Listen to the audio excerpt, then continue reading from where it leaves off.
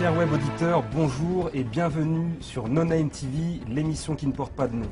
Je vous accueille aujourd'hui au bureau de la dissidence pour la mise en lumière de ce qui pourrait être considéré comme la plus grande erreur médicale du siècle dernier. La responsabilité exclusive du virus VIH dans le syndrome du sida. Des millions de morts, des millions de malades, un traitement médical vendu par millions pour un virus qui n'existe peut-être pas. D'éminents scientifiques et chercheurs, dont font partie d'ailleurs nos invités du jour, nous indiquent que tout ceci ne serait qu'une mystification et qu'en réalité, le virus VIH n'a jamais pu être isolé. Chers web auditeurs, pour vous, nous avons enquêté. Un ouvrage est très vite devenu incontournable, les 10 plus gros mensonges sur le sida. Je convoque donc aujourd'hui au bureau de la dissidence les co-auteurs de ce livre, le professeur Étienne de Harven et le journaliste scientifique Jean-Claude Roussez. Messieurs, bonjour. Bonjour. Bonjour. Monsieur de Harven, vous êtes docteur en médecine et étiez professeur émérite d'anatomie pathologique à l'Université de Toronto au Canada. Vous avez consacré presque toute votre carrière à l'étude des rétrovirus au microscope électronique liés au cancer, aux leucémies de souris, pardon, c'est bien ça? Exact. Les fiches ne me trahissent pas alors.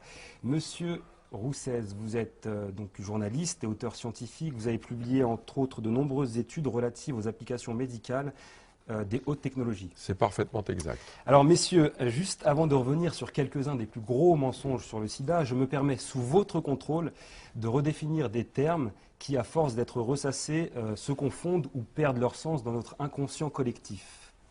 Commençons par rappeler qu'être atteint du sida, c'est avoir un système immunitaire très affaibli, au point de ne plus être en mesure de nous défendre contre un ensemble de maladies répertoriées, dites opportunes, parce qu'elles profitent donc de la chute de nos défenses naturelles. Oui. Et c'est le développement de ces maladies, donc cancer et autres infections, qui finit par entraîner la mort de la personne infectée. C'est bien cela? Oui. Tout à fait exact. Quant au VIH, ce virus, il serait le responsable de l'effondrement de notre système immunitaire en s'attaquant à l'un de ses composants essentiels, les lymphocytes T. Jusque-là, j'ai presque tout bon. Oui. Tout bon. Moyenne, tout bon. Et oui, j'aimerais finir par rappeler ce qu'est la séropositivité. Alors on dit d'une personne qu'elle est séropositive lorsque l'on décèle dans son sang non pas la présence du virus VIH, mais celle des anticorps censés lutter contre cette infection. Alors si j'ai tout bon, je peux vous poser la première question qui est, donc Monsieur de Harven, ce virus, observé ou pas observé? Ce virus n'a jamais été observé directement en microscopie électronique dans le sang de patients dont on prétend qu'ils ont une charge virale élevée. Par des techniques moléculaires extrêmement intéressantes, on affirme pouvoir identifier dans le sang de ces malades des séquences d'acides nucléiques qui correspondent au génome des rétrovirus. Mais il n'y a aucune corrélation entre ces données-là et l'échec total de tous les efforts qui furent développés pour tenter de démontrer des particules de rétrovirus dans le sang de ces malades-là. Donc le virus n'a jamais été trouvé dans un corps de malade du sida? Il n'a jamais été observé en microscopie électronique dans le sang de malades dont on prétend qu'ils ont une charge virale élevée. C'est une affirmation que j'ai faite en Afrique du Sud lors de cette grande conférence qu'avait convoquée le président Mbeki en 2000 et qui n'a jamais été contredite depuis. On a même à Londres offert un prix assez important à quiconque pourrait me prouver le contraire, et ce prix n'a jamais été réclamé. Très bien, monsieur Roussez. Comment s'est faite l'annonce de la découverte de ce virus? Ah, écoutez, c'est une longue histoire. En fait, il faut remonter à 1972, donc 9 ans avant le début de ce qu'on peut appeler une épidémie. Le président Richard Nixon, à l'époque, avait déclaré la guerre contre le cancer. C'était son grand chantier. Et immédiatement, on a demandé au Congrès américain de débloquer des sommes colossales pour travailler dans la recherche contre le cancer. Mais à la condition que ces recherches soient effectuées uniquement sur les rétrovirus. C'est-à-dire un chercheur indépendant qui aurait cherché à trouver la véritable cause du cancer, celui-là, il était blackboulé, il n'y en avait que pour les rétrovirus. Parce qu'on avait peut-être observé un lien entre ces rétrovirus et le cancer chez certaines... Voilà, c'est parti en fait des recherches qui ont été faites par le professeur de Harvard, entre autres, enfin Charlotte Friend à New York, qui ont constaté qu'il y avait un certain rapport entre les cancers du poulet ou de la souris et les rétrovirus. Bien.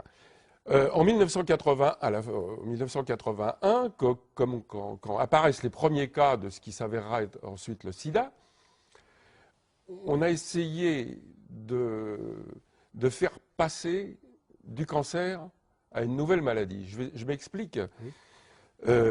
Les crédits colossaux qui ont été accordés aux chercheurs n'ont donné absolument aucun résultat. Après 9 ans donc, de recherche totalement infructueuse, le public américain et le Sénat qui avaient allongé des millions. Les millions de dollars évidemment, et cette histoire de sida est tombée comme du pain béni et a permis même d'augmenter les subventions. Par rapport au cancer, on a multiplié les subventions. En 1981, il y a eu d'un seul coup plusieurs cas parmi les homosexuels des grandes villes qui avaient tous les mêmes maladies, les mêmes symptômes, c'est-à-dire notamment les 2 maladies symptomatiques du sida, des premiers sida. Le sarcome de Kaposi, qui est une maladie, une espèce de cancer des vaisseaux sanguins. On peut rappeler à nos chers web auditeurs que ce sont les taches qu'on voit apparaître dans le film Street of Philadelphia, sur le personnage joué par Tom Hanks, qui a des taches rouges qui apparaissent sur sa nuque et un peu partout. Voilà. Et la deuxième maladie emblématique, c'était la pneumocystose, c'est-à-dire une pneumonie à pneumocystis carini, c'est le nom du microbe en question. Bon. Et plutôt que de voir ce qui était visible immédiatement, à savoir que ces maladies étaient dues à l'utilisation de drogue, et exclusivement de drogue, on a senti comme une bonne odeur passer. Oh là là! Et si on pouvait transformer ça en maladie contagieuse? Et c'est comme ça que on fait le lien entre... On a fait un faux lien, un lien d'opportunité avec un virus. Voilà, on a dit, tiens, ce serait pas mal un virus, parce que c'est pas très visible, c'est tout petit, personne n'ira y voir. Voilà. On fait le lien entre... On a fait un faux lien, un lien d'opportunité avec un virus.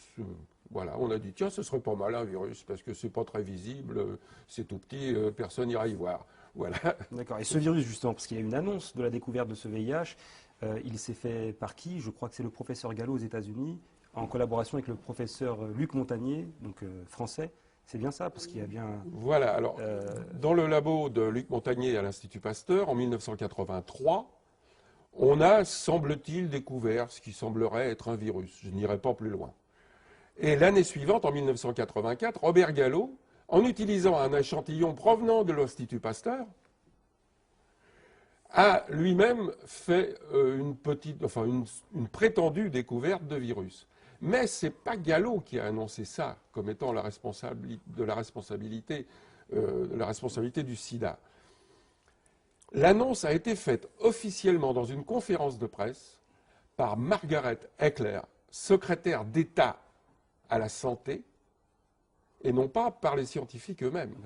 C'est une déclaration officielle gouvernementale américaine qui a déclenché le phénomène en disant « Nous venons de découvrir le vecteur du sida ». C'est donc une volonté politique. Ça ne s'était jamais fait auparavant avec les autres virus? Non. Puisque tu évoques cette conférence de presse historique, il faut dire qu'elle avait annoncé que ce virus est probablement la cause du sida. Mais le lendemain, les médias du monde entier ont oublié un seul mot, le mot probablement. Et c'est passé de la probabilité à la certitude en 24 heures. Ce qui a changé beaucoup de choses, on peut le voir aujourd'hui. Et justement, alors, puisque ce virus n'a jamais pu être isolé, quelle est la valeur du test de dépistage du sida et à quoi correspond le fait d'être séropositif ou non? Mais ce que le public croit très souvent, c'est que ce test identifie la présence d'un virus, ce qui est absolument faux. Ce test identifie uniquement la présence d'anticorps qui sont censés s'opposer à la multiplication de ce virus. Et en aucune manière, la spécificité de ces anticorps n'a pu être démontrée. Tout au contraire, un auteur américain, Christine Johnson, a publié en 1998 un article clé dans l'histoire de cette controverse, publiant une liste d'environ 70 conditions médicales qui peuvent par elles-mêmes causer la dite séropositivité. Et dans cette longue liste, vous trouvez la tuberculose, la malaria, la lèpre, prendre une vaccination antigrippale, tenez-vous bien, la grossesse, les grossesses multiples en particulier, et donc il y a une liste de 70, les transfusions sanguines. Alors, si vous mettez la malaria, la lèpre et la tuberculose dans les causes possibles de la séropositivité, vous imaginez que sur la scène africaine en particulier, on en trouve de très nombreux millions.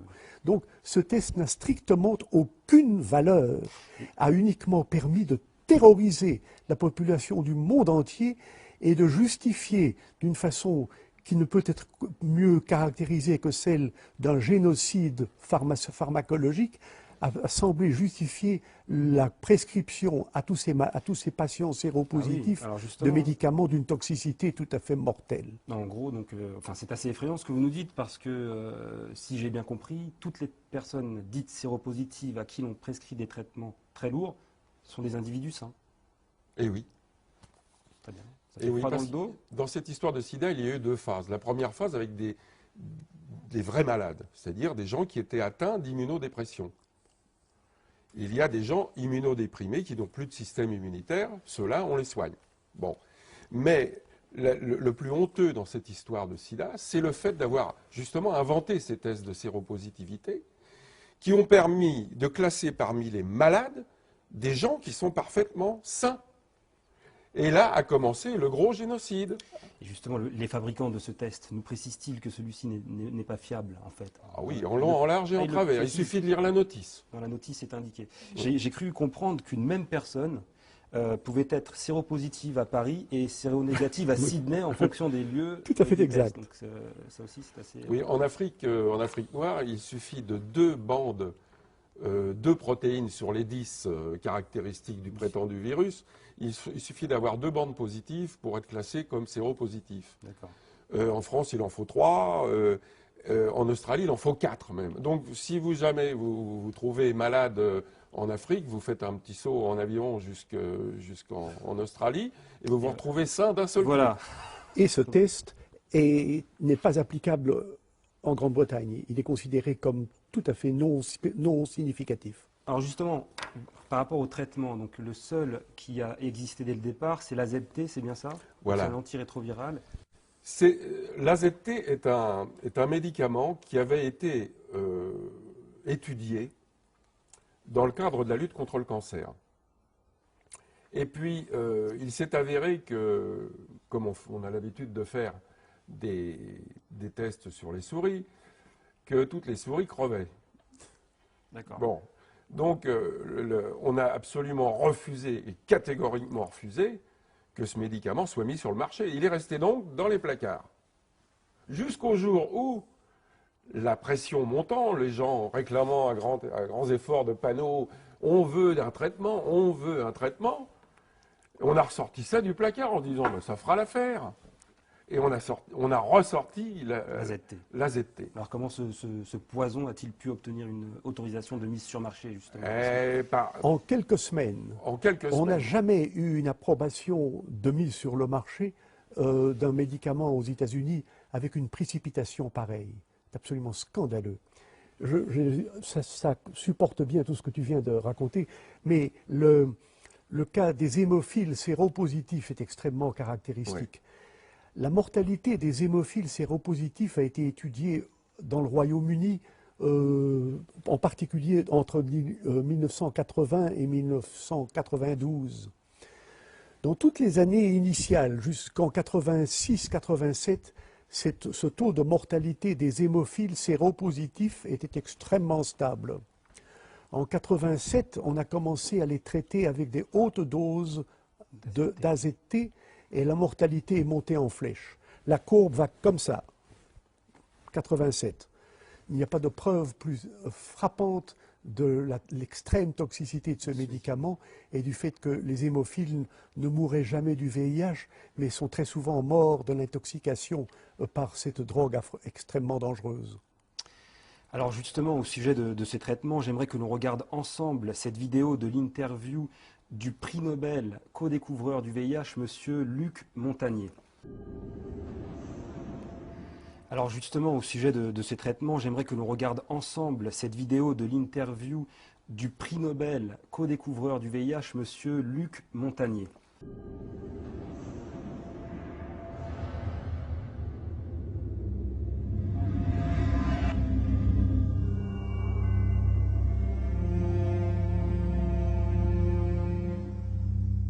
You talked about oxidative stress earlier. Is treating oxidative stress one of the best ways to deal with the African AIDS epidemic?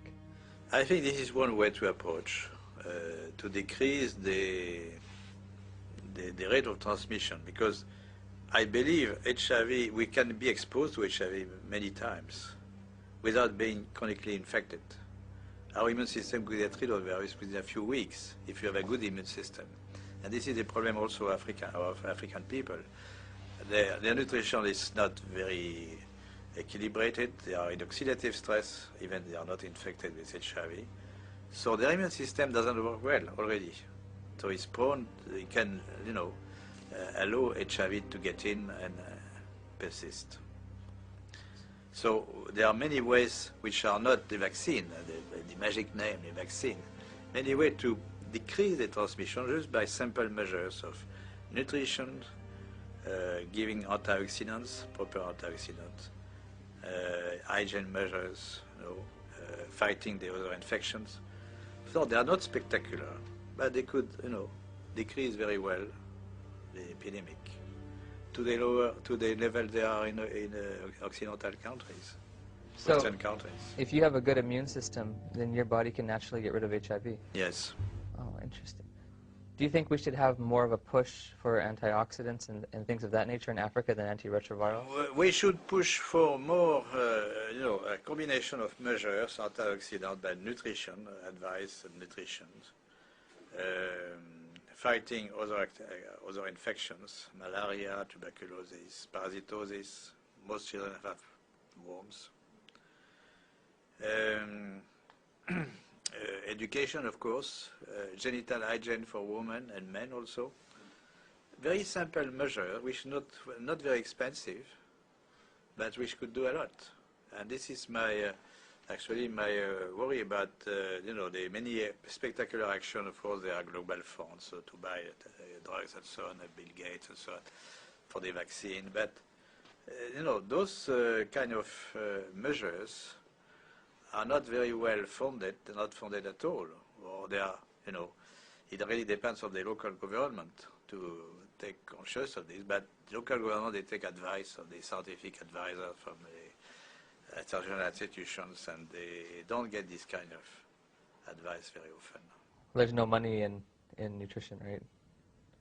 There's no profit. There's no profit, yes. The water is important. Water is key. Now, one thing you said, you were talking about the fact that if you have a built immune system, it is possible to get rid of HIV naturally. If you take a poor African who's been infected and you build up their immune system, is it possible for them to also naturally get rid of it? I would think so.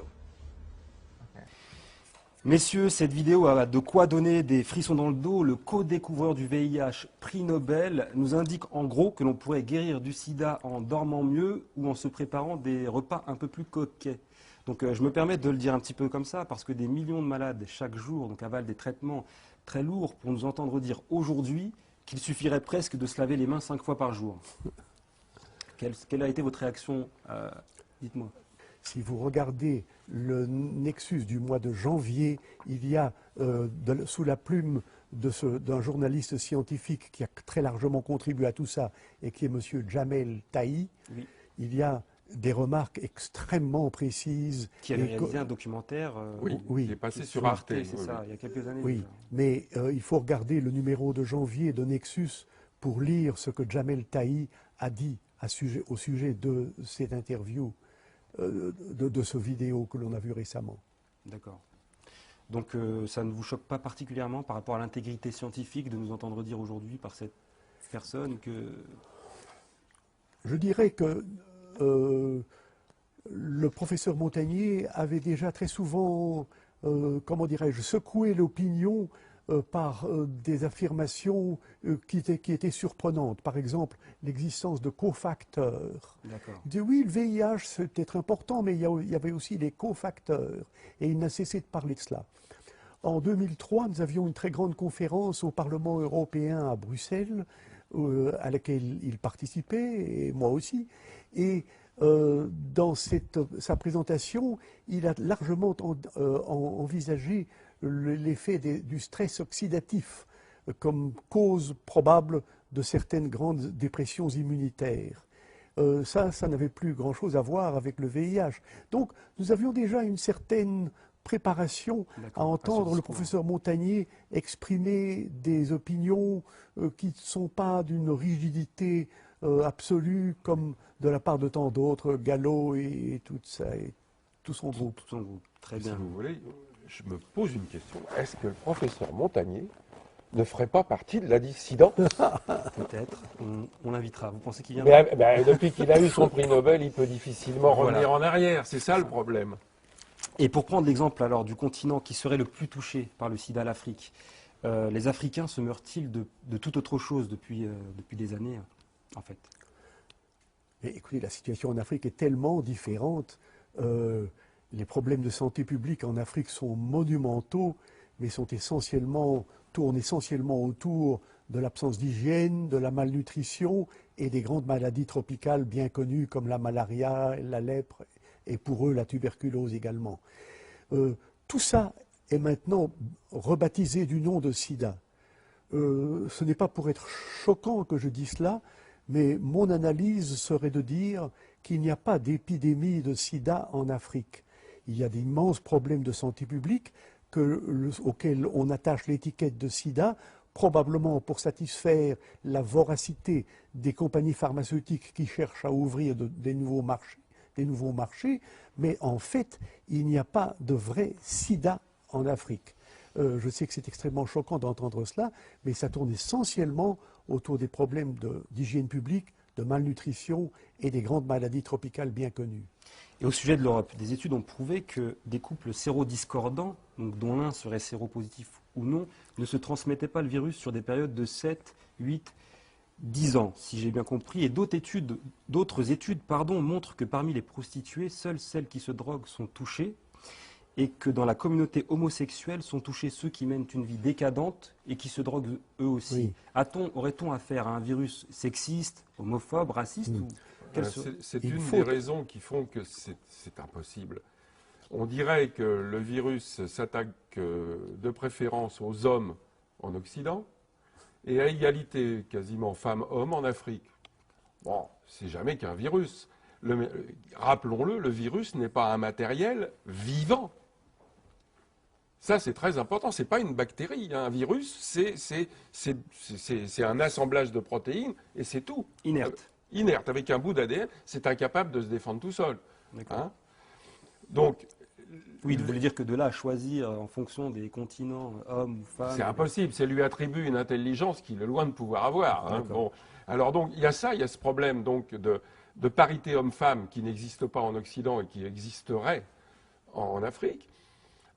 Quant aux expériences, aux statistiques qui ont été faites d'après de nombreuses études sur les prostituées, il est tout à fait exact que quasiment aucune prostituée n'est séropositive, excepté celle qui s'adonne à la drogue, à des drogues dures, s'entend.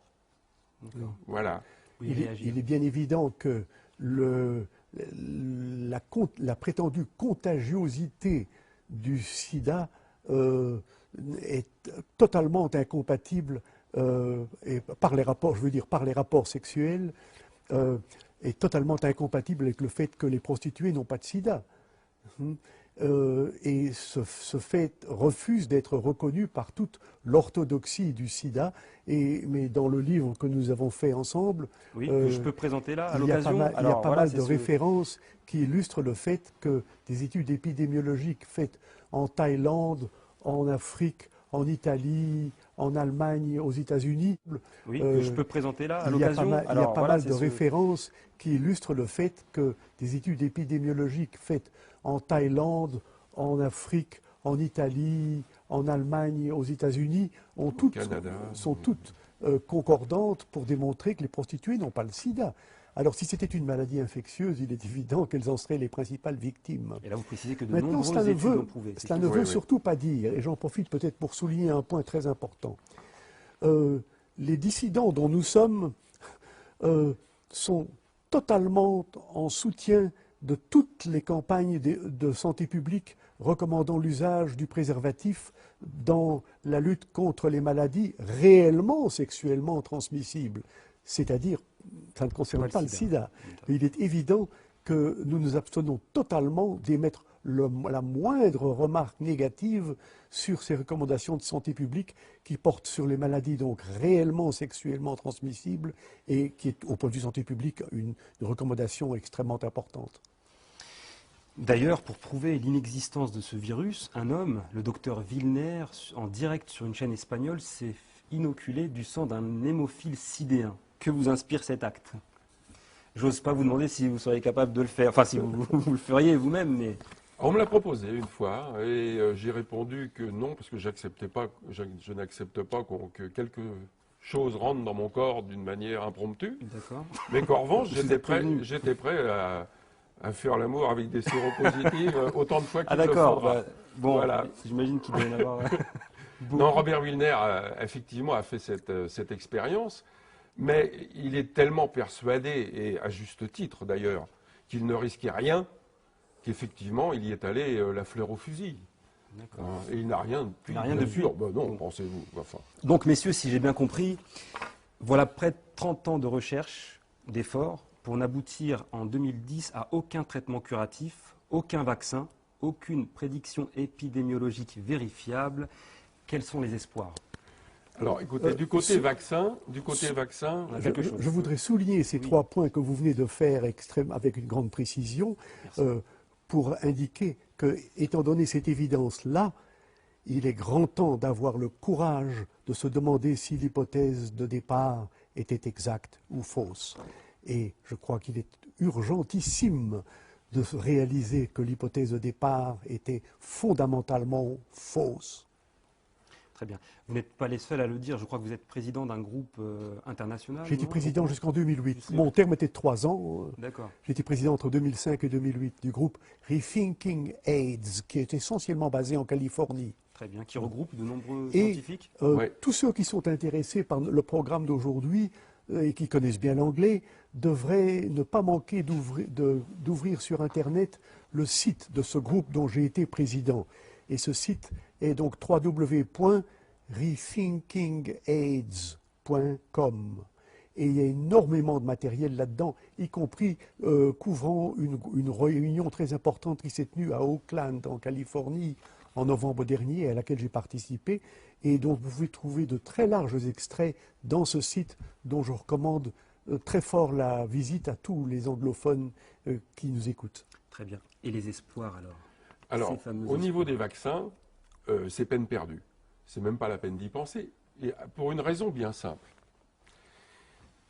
En quoi consiste la vaccination? La vaccination consiste à créer une primo-infection, c'est-à-dire une réplique non grave de la maladie, de façon à faire réagir le système immunitaire en créant des anticorps. Ces anticorps seront aux aguets si la véritable maladie arrive. Voilà le principe de la D'accord. vaccination. Mais comme il n'y a pas de virus. C'est pas ça, c'est que les gens qui sont... À partir du moment où vous faites une vaccination, vous devenez séropositif. Oui. Donc c'est le serpent qui se mord la queue. Ça nous paraît très simple quand vous nous l'expliquez. Pourtant, nous, on voit des millions de dollars dépensés dans la recherche. C'est inquiétant. c'est pour vous quelque chose qui est... Écoutez, on voit des millions de dollars parce que c'est quand même, il ne faut pas l'oublier, c'est quand même une grosse industrie, hein, tout ça. Hein. C'est effectivement en grande partie une histoire d'argent. En grande partie. Et puis la sauvegarde de certains emplois quand même, il y a des milliers d'emplois. Donc, comme il y a déjà assez de chômage comme ça... Justement, je crois que c'est le professeur Gallo qui a lancé le test. C'est lui qui l'a créé, ce test? Ah, le jour même il de l'annonce par Margaret Eclair et Gallo de la découverte du prétendu virus, le soir même, il a déposé le brevet. Il est devenu archi-milliardaire grâce à ça, il ne faut pas l'oublier. Hein, très bien. Ok. Messieurs, merci. Nous avons été très honorés de votre venue. Votre courage, votre persévérance et votre intégrité scientifique sont très appréciés ici au bureau de la dissidence. Chers web auditeurs, vous l'aurez compris, nous sommes loin d'une discussion de comptoir ou d'un délire complotiste. Le prestige des invités du jour suffit à le démontrer. De nombreuses questions restent en suspens. Des millions de malades sont dans l'attente de vraies solutions. On compte sur vous et sur la mobilisation de tous pour sensibiliser les autorités compétentes à réévaluer les origines du sida. Le débat continue sur le forum du site internet de l'émission. Vous pouvez nous faire parvenir vos avis les plus dissidents et les sujets que vous souhaitez voir abordés ici au bureau de la dissidence. Vous êtes les programmateurs de l'émission. C'était No Name TV, l'émission qui ne porte pas de nom.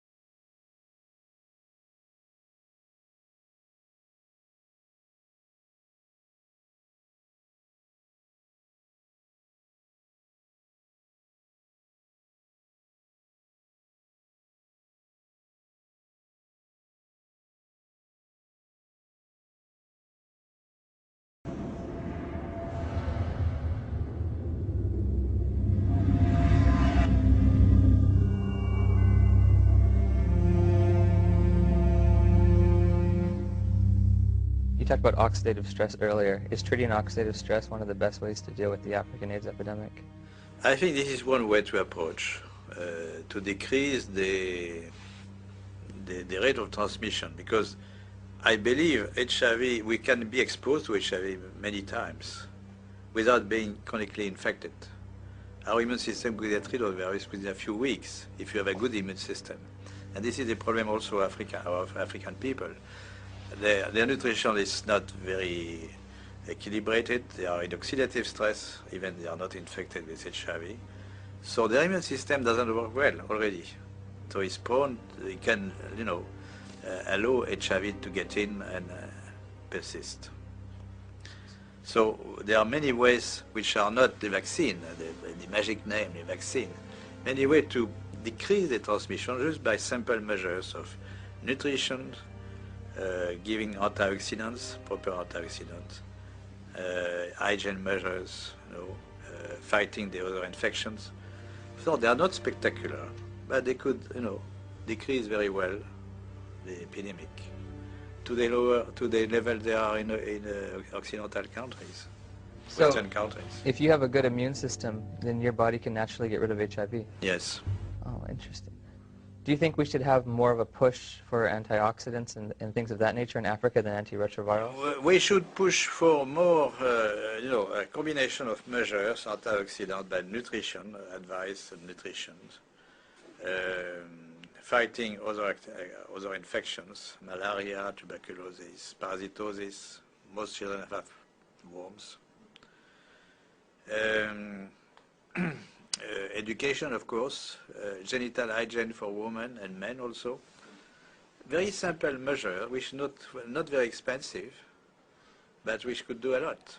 And this is my worry about the many spectacular action. Of course, there are global funds to buy drugs and so on, Bill Gates and so on, for the vaccine. But those kind of measures are not very well funded, not funded at all, or they are, it really depends on the local government to take conscious of this, but local government, they take advice of the scientific advisors from the international institutions, and they don't get this kind of advice very often.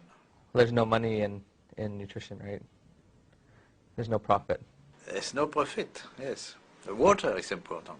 Water is key. Now, one thing you said, you were talking about the fact that if you have a built immune system, it is possible to get rid of HIV naturally. If you take a poor African who's been infected and you build up their immune system, is it possible for them to also naturally get rid of it? I would think so. Okay. That's an important It's point. important knowledge which is completely neglected. You know, people always think of drugs and vaccine. So this is a message which may be different from what you heard before, no? The closing? No, yes, my message is different from what you heard from Fauci or... Yes. It's a little different. It's a little different. Some people are very fortunate and they don't have these side effects.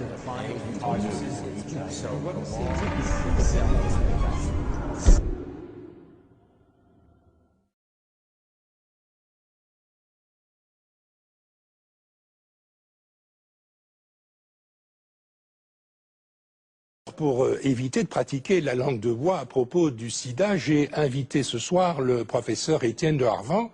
Vous êtes Étienne de Harvan, médecin, diplômé de l'Université libre de Bruxelles. Vous avez fait votre carrière enseigné à Toronto et vous avez publié récemment un ouvrage dont le titre est tout à fait explicite, Les 10 plus gros mensonges sur le sida. Ouvrage publié avec la collaboration de monsieur Jean-Claude Rousset, qui est un journaliste scientifique, ouvrage publié aux éditions d'Angle. Alors votre thèse, pour parler grosso modo, vous allez affiner les choses bien sûr, votre thèse c'est le sida, c'est pas du tout un virus. Et donc il n'y a pas de contamination, il n'y a pas de contagion. Alors qu'est-ce qui vous permet de dire cela ? Je voudrais d'abord insister sur le fait que ce n'est pas ma thèse. Nous sommes un très large groupe, internationalement, aux États-Unis, en Europe, en Afrique, un peu partout. Il y a d'autres publications sur le sujet. Il y a On va les voir d'ailleurs, je publications pense, sur le sujet. à l'écran. Nous n'allons pas parler ce soir entre médecins. Nous ne sommes pas médecins, je ne suis pas médecin. Mais, ceux qui nous je ne écoutent voudrais non pas plus. que tout ce qui ne me plaît pas fort, mais qui est devenu à accepter. Et vous êtes des milliers, vous dites, hein, vous êtes des milliers de scientifiques. Le groupe dont je suis actuellement le président comporte plus de 2 ou 3 000 signataires qui sont donc les membres de notre groupe et qui comprennent énormément de médecins, de biologistes, de PhD, de biologistes, de journalistes et de gens qui sont concernés par tous ces problèmes-là. Alors, le professeur Montagnier ne vous aime pas. Oh, je le connais très bien, nous avons les meilleurs, les rapports les plus courtois. Ça, j'insiste sur ce point-là. Je l'ai rencontré souvent, y compris à Bruxelles en 2003 d'ailleurs. Mais la raison, disons, si l'on cherche à distiller l'essentiel des raisons qui ont, comment dirais-je, fait naître le doute sur l'hypothèse émise en 1883-84 de l'origine virale et en plus précisément rétrovirale du sida, les raisons du doute avaient beaucoup à voir avec le fait que, nous ne connaissons aucune maladie infectieuse dont les victimes soient très majoritairement des hommes et pas des femmes. Est-ce que vous connaissez, s'il y avait une épidémie de grippe, vous direz que 95% des victimes sont des hommes, et je crois que oui, l'herpès c'est aussi bien vous répandu. Poseriez des questions. C'est ça, vous surprendrait un peu. Oui. Alors, et c'est le cas pour le sida. C'est plutôt une maladie qui touche les hommes. Sida. Alors, si on vous disait que cette déficience immunitaire, qui est la caractéristique de la maladie, est due à la destruction de certains lymphocytes par un certain rétrovirus, si vous êtes très versé dans la science des rétrovirus, vous allez bondir parce que nous savons très bien que les rétrovirus ne détruisent pas les cellules qu'ils infectent. Autrement dit, l'hypothèse de départ était tout à fait scabreuse parce qu'elle incriminait des virus d'une famille dont nous savons très bien, parce que moi je les ai étudiés pendant 25 ans à New York, que ces virus ne tuent pas les cellules qu'ils infectent. Alors on les incriminait pour détruire une certaine famille de lymphocytes qui sont hautement nécessaires à la stabilité de nos défenses immunitaires. Ça ne tenait pas debout dès le départ. Disons que ce sont les deux raisons principales qui, dès le début, nous ont fait poser de toutes grosses questions. Et ces questions ont été alors concrétisées par le professeur Peter Duesberg de Berkeley en Californie, qui est un très éminent microbiologiste pour lequel j'ai le plus grand respect, et qui, dès 87, a émis très courageusement ces idées tout à fait contraires à l'hypothèse officielle de l'origine rétrovirale du sida. Hypothèse qui a été admise avec une précipitation absolument invraisemblable. Elle a été émise essentiellement en 84 par le professeur Gallo au cours d'une conférence... aux États-Unis, mais Montagnier en France. Hein. Oui, par le professeur Gallo au cours d'une conférence de presse qui se tenait à Washington. Et cette hypothèse a été acceptée avec une précipitation absolument dramatique. Oui, mais les moralistes s'en sont, si j'ose dire, emparés pour dire, voilà, vous avez fauté et donc vous êtes punis. Et notamment, le sida est apparu dans le discours de certains évangélistes comme la punition envoyée par Dieu contre les grands pécheurs. Or, et vous citez cette enquête dans votre livre, on a enquêté auprès des prostituées, notamment en Afrique. Je pense que c'est au Kenya, le pays que vous évoquez, et vous avez dit, bon, on a observé que les prostituées, même celles qui ne se protègent pas, ne contractent pas le sida. C'est plus qu'en Afrique. Le cas des prostituées est essentiel parce qu'il y a eu des études extrêmement sérieuses faites en Thaïlande, en Afrique, en Europe, aux États-Unis, et qui toutes concordent pour démontrer que les prostituées n'ont pratiquement jamais le sida. Les seules que l'on trouve dites séropositives sont celles qui sont en plus des droguées intraveineuses. Mais sinon, les prostituées n'ont pas le sida. Alors prétendre qu'il y a une transmission sexuelle du sida alors que les prostituées n'en font pas est tout à fait contradictoire. C'est pourtant ce que le commun des mortels, dont je suis, a gardé comme image. On se dit, le sida se transmet essentiellement par le contact sexuel. Et donc, si l'on a des contacts sexuels avec d'autres personnes que son conjoint, on risque de contracter cette maladie. Il y a des études tout à fait classiques qui ont démontré le contraire, notamment les travaux de Padgett, qui a porté sur un très grand nombre de couples dits sérodiscordants, où un des partenaires est séropositif et l'autre pas. Hein, et on n'a jamais observé je crois que cette étude portait sur 10 ans, on n'a pas un seul cas de séroconversion du partenaire séronégatif.